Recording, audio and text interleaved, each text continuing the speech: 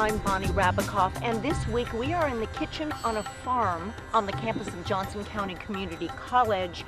We are here beginning a new series called Field to Fork, where we will literally harvest what is in season and take it in the kitchen and cook with it.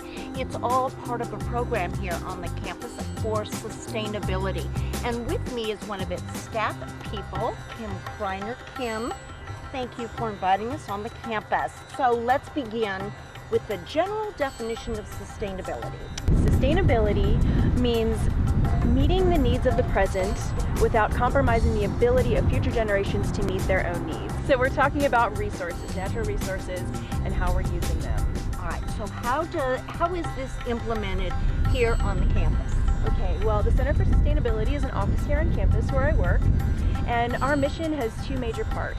One is infrastructure. We're looking at our own resource use, our own carbon footprint, and examining whether we are being responsible stewards of our natural resources here in Johnson County. And the second part is education. Being an institution of higher education, we want to impart our students with their own ideas about their impact on the planet, about their local economy, and teaching them to be better global citizens on a planet with finite resources. Okay, so the department is also working with several other departments to accomplish that, and today we're looking at two of them.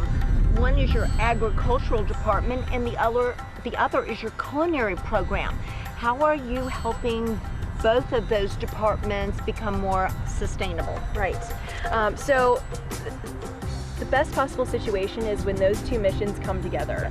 When we are using what we're doing on campus in terms of sustainable practice to teach our students, and our students are learning from that. And our agriculture department and our campus farm is an excellent example of that.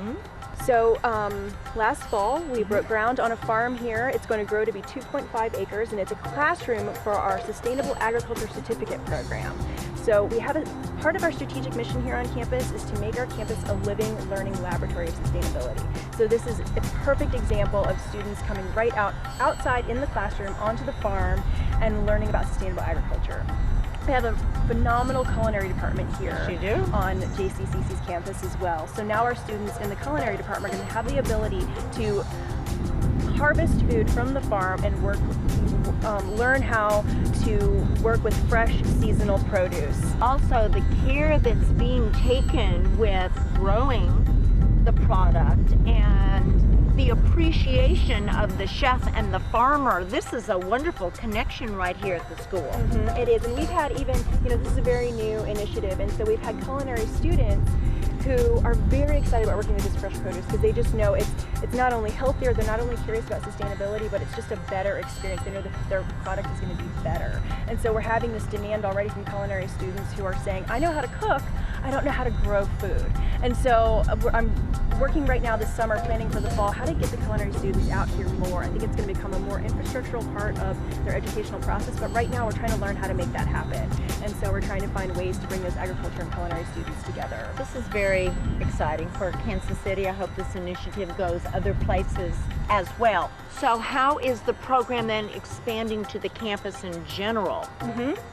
Well, in addition to food going into the kitchens of our culinary students, we're also going to be selling it back to dining services. So that students who come here and get lunch are actually going to be eating produce that's coming right from Johnson County Community College.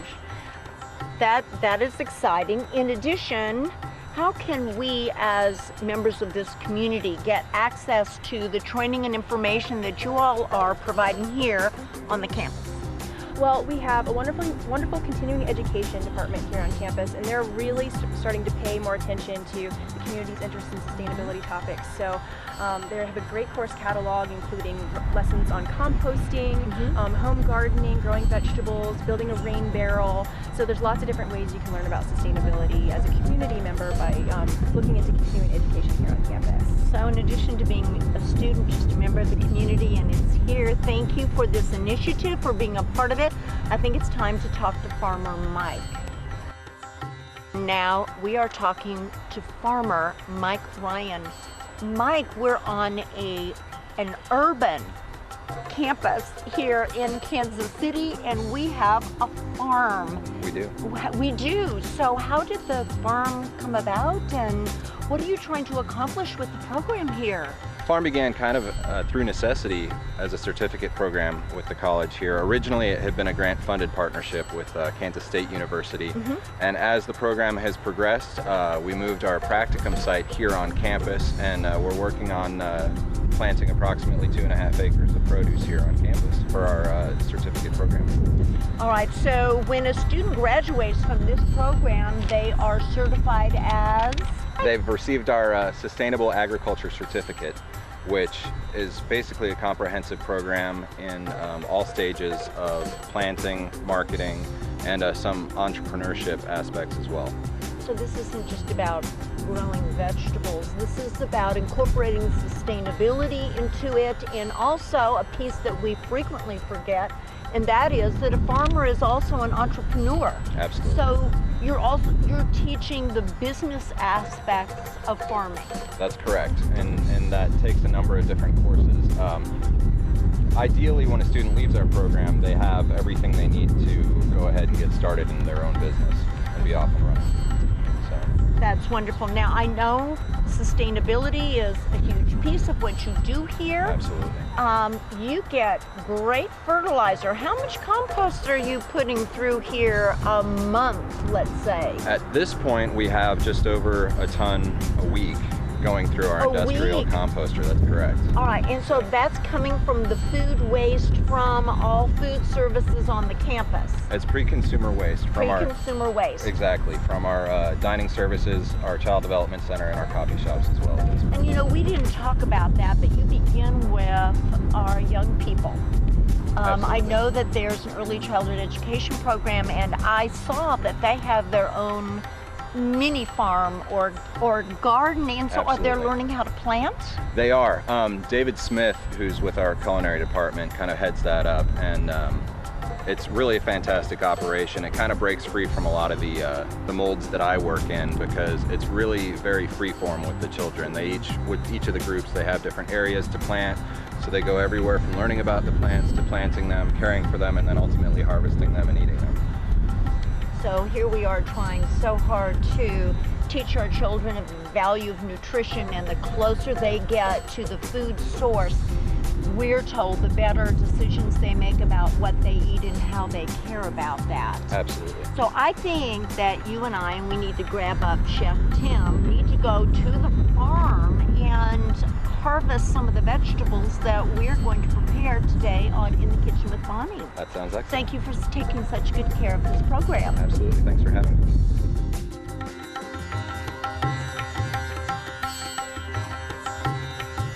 Hello, I'm Bonnie Rabikoff, and this week we have begun a new series on In the Kitchen. It's called Field to Fork. We've just been on the farm on the campus of Johnson County Community College. We've picked the seasonal harvest, and now we're getting ready to cook with their executive chef, Tim Johnson. Thank you for inviting us back into your kitchen again and onto your campus. Well, you're welcome, Bonnie. So, Chef, what did we harvest? Today when we were out in the field, we picked kale and purple potatoes and spring onions. Now the thing to remember about sustainability is that we have to cook what's available during the seasons. Okay. And so what I'm going to do today with this kale and these potatoes and these spring onions, is we're going to make a little bacon potato kale soup. Okay? And then also today, I was in a farm down south, and it's a little bit warmer down there, so they have some things that are popping up a little bit sooner. But all these things were picked today. The tomatoes, the zucchini, the cucumbers, the poblano peppers, the Anaheims, and the sweet candy onions. And then we also stopped by one of the Amish stores, and we picked up some fresh dill pickles that they do themselves. Okay, so we're going to make a soup, and then we're going to come back and we're going to make crudité. That's correct. Let's get cooking. All right, sounds good. Okay, Chef, soup. What's the mise en place? Well, we've already Which I learned from you. Which means everything in its place, and you need to prepare your ingredients prior to cooking to make the cooking process simpler and less anxiety-producing. and more organized. And more organized. Okay. So we took our vegetables and we washed them, and we've already cut them up. Okay. But here's those beautiful potatoes that we picked. Gorgeous. Here's the kale, and here's some bacon that probably people, when they were living off their land, had in their smokehouse or in their freezer. and then we have the spring onions that we cut up. This is a very easy soup. We're gonna render off the bacon, then we're gonna saute the kale with a little garlic, then we're gonna place some chicken stock in the pot, and then we'll put the potatoes, and then we'll cook it until the potatoes are tender. And then we'll season it, taste it, and then we'll add the green onions for a little garnish, and then we'll chow down. We're gonna chow down. Okay, let's get cooking, chef. First thing? Well, we want to get our pot hot. All right, and you always remind us that you want the pot warmed up before you start putting food product in it. That's correct, because a lot of times if you put food in there before it's hot, you're going to steam it because you're slowly bringing things up to a temperature, whereas if you have a hot pot, when I put the bacon in, it's going to caramelize it instead of steaming it. And it'll be crunchier and more flavorful. That's correct. That's right. So the pan's warmed up, you've got a little bit of oil in there. What first? Now we're going to put our bacon in here. Bacon in. And the goal is to get that to caramelize. Caramelize, you want to get a lot of the fat out because that fat is going to add a lot of flavor to the soup. And we're also going to use it as part of the roux to give it a little thickness. Okay, Bonnie, I've released a lot of the oil from the bacon. We got a really nice crisp texture to the bacon. And we're going to turn it down just a little bit, and we're going to make our roux. And then we're going to create the stock and put in our other ingredients, let it simmer, and it'll be wonderful. So at the point that the bacon is caramelized is when you do the roux. And just to remind our audiences that a roux is a thickening agent. It's usually similar parts fat to you flour. can use butter, flour, and also use bacon grease or olive oil or any type of fat that you have. And we just happen to be using bacon. Bacon grease. Yes, we Bacon do. grease makes everything better. You know, there are several chefs that believe bacon is a food group unto itself. Alright, so I'm going to add the flour in here. And then we're going to cook it in so we have a nice paste. So once the roux is made, then you will be adding the stock. Right. And chicken stock, I know you make your own here, but if you don't, easy enough to purchase off the shelf. Just, go to the store and get some of those organic chicken broths, or, stay away from the bouillon cubes. Those are really salty. They're really salty and don't have the flavor. Okay. All right, so now I'm going to add our stock, and we're going to add it really slow. And before it gets too thick, I want to add the kale. All right, so before we've completed the thick, that's when the kale goes in. Okay. Kale is one of the superfoods. Superfood. Add more stock. And of course the recipe for this will be on the web. And now we're going to add our potatoes. And any mix, these happen to be We have our purple, yellow, gold, and white. I'm going to bring this up to a boil. We got a little bit more stock to it. So I noticed that you're sort of alternating the stock between different ingredients. Right, because you want to, if you put all the stock in it first, it's going to take forever to bring it up to temperature. So you start slowly and then slowly bring it up. So we'll let this simmer for a while, and then we will work on our crudité. So the beautiful produce you just harvested today from a farm a few hours south of here. Basically, we are just taking these from the field. We're going to cut them up, put them on a plate. I'll make it look like art, of course. Always. And then we're going to keep to the natural taste of the ingredient. Okay. And just enhance it a little bit with salt and pepper and some vinegar and olive oil. Okay, so we are respecting and honoring the vegetables. Yeah, we're not mucking it up. We're not going to muck it up. How should we cut this gorgeous zucchini? Zucchini, I'm just going to cut these on a bias. Then we have the yellow squash. We forget to eat this raw, don't we? Right. Yes, we do. We think we Raw just have foods are great. raw food, yeah. And of course, the fiber and nutrition is at its peak when it's raw. And cucumber. I'm going to do just more of a straight across cut. Tell me what this is. This is a poblano pepper. All right. Does it have a little bit of heat, but not Has a little overwhelming? bit of heat to it. All Use right. these for chili rellenos. Usually you can roast them, pull the skin off, or eat them fresh like this. And if you have very sensitive skin, you can wear some of those The gloves. when you and I would tell you I'm one of the people who does the gloves. especially with jalapeno. The yellow Anaheim.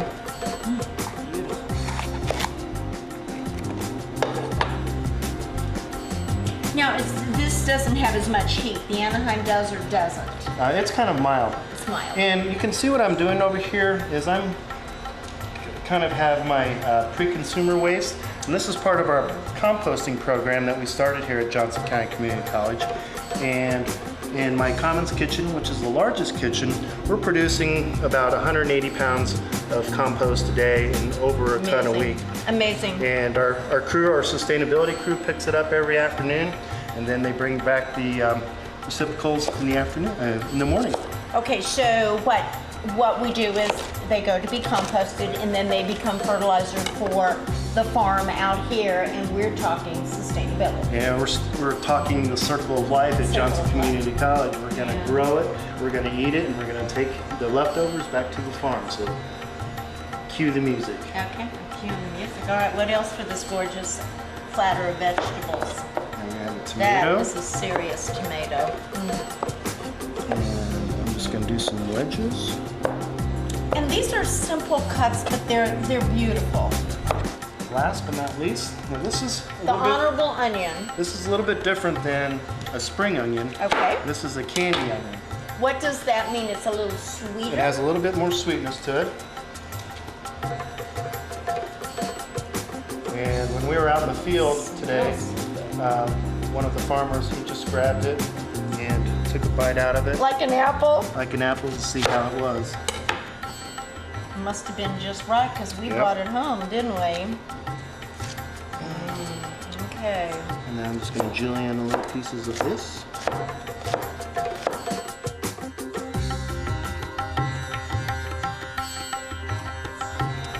I always say this, but we do eat with our eyes first, and you have the reputation for creating art on a plate. So beautiful vegetables just harvested today. How do we plate them up, Chef? Well, we have a lot of different colors here and some different shapes and textures. So I'm going to start off by kind of creating a height wall with the tomatoes. All right. I'm providing some assistance here as your sous, Chef. And then I'm going to go back 5 and put the green on there. And then, whoops, kind of put some of these yellow ones. And then cucumbers. There's nothing as fresh tasting as a Great cucumber. Oh, it just says summer and fresh. And then we'll play with the squash a little bit. You're making art, you know. Yeah, you are. And then we'll put some of the poblanos on there. So you're alternating colors and shapes. And then we got the corn, so we're just gonna kind of put that anywhere. Kind of looks like a butterfly. It looks like a butterfly. Now what we're gonna do now is take a little bit of this opal basil, garnish there, and the regular Italian basil right Gorgeous. there. Season it with a little salt and pepper. Okay. Fresh cracked pepper. Would you say kosher salt? Kosher salt. Kosher salt. And then what kind of vinegar do we I have got here? just red wine vinegar. Just So we're not too much. talking really simple, light, fresh flavors. And then a little bit of light virgin olive oil because you don't want it tasting like Nothing too heavy. virgin oil, but give it just a little extra flavor. So the beauty of this is no high fat dips. We have just honored these vegetables and very lightly seasoned them. And this is almost part of the rainbow diet because we have red, green, yellow, purple, and white. So We did that. All right, so do you think the soup is ready, I think Chef? the soup is done. Okay. Let's get That's always fun. You know, this is a nice hearty soup, but it also can be really light. All right, so how are we garnishing? And we're just going to put some simple of our spring onions on here. Another variation is you can have some toast points, little toasted baguettes. Maybe put that on top to soak up some of the juices. Now, I think that we should invite the Farmer Mike, in to taste the food. He spent a lot of time growing it for us. I think he should be the final taste tester. I do too. Okay.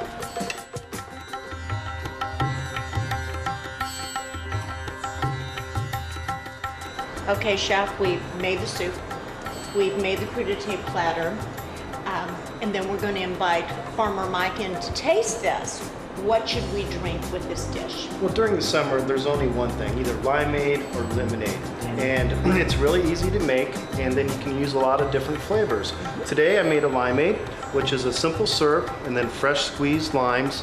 And then I took some blackberries and pureed them a little bit, put them in there so they could steep a little bit. And then you drop a couple more in for color and texture, and it'll go great with the crudité in the soup. Thank you, chef. You're welcome.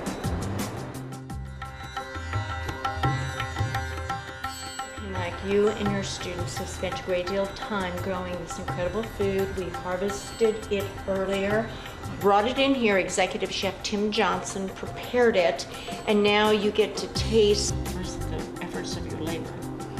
Well, anyway, taste it.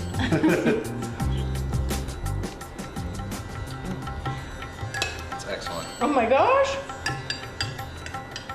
Tim, you outdid yourself. You did. Thank you. I mean, it has a lot of different textures. The broth that's created with the kale and the potatoes and the onions is wonderful. And then the kale itself has a little bit of crunch to it, and the potatoes are nice and firm and al dente. And it's just a nice, wholesome meal from the earth. The kale, the potatoes and the onions that we just picked earlier are right here. It's never tasted so good. It's wonderful. All right, now, for your information, Executive Chef was down at a farm earlier, just a few hours south, where their season began a little earlier than ours, as you know, and harvested these vegetables. And I know they're coming up on the farm here, but he's honored these vegetables. We're not dipping them in anything gooey or cheesy or whatever. That's right. Okay, so now we're going to taste it. Very good. Okay. I'm gonna have to be part of this. I think you should, chef. Please join us. Salt, pepper, olive oil, red wine vinegar. I may never eat a vegetable in a way other than this again. Oh! Yeah, you gotta try the tomatoes, that's for sure. What portion of olive oil to red wine vinegar would you say? This is so fresh. Well, just a half a teaspoon of each. On something as simple as this. You just wanted to bring out the flavor. You don't want to create the flavor with a vinaigrette. Too many times, people put too much dressing on their vegetables, and all you taste is the dressing. Right. Taste the vegetable. Well, it would be sinful to hide the taste of these vegetables.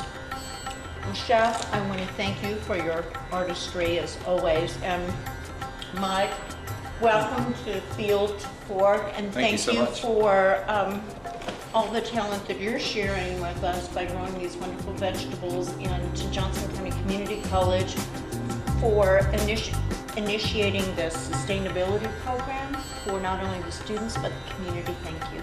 Thank you.